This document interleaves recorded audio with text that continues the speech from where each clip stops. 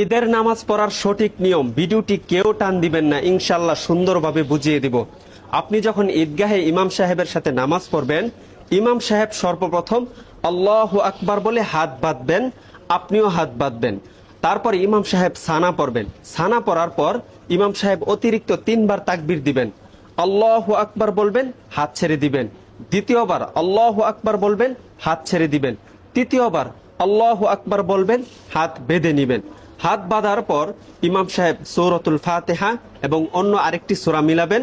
তারপরে রুকুতে যাবেন, সিজদা করবেন, প্রথম রাকাত কমপ্লিট করবেন।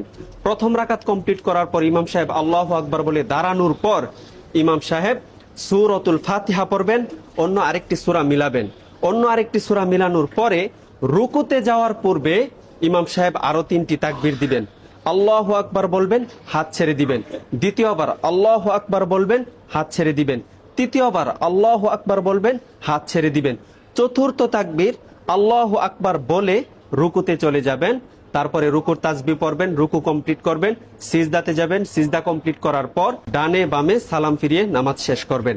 এই ভিডিওটি সর্বোচ্চ শেয়ার করবেন যেন সবাই ঈদের নামাজ সম্পর্কে জানতে পারে, আপনিও সওয়াব পাবেন ইনশাআল্লাহ।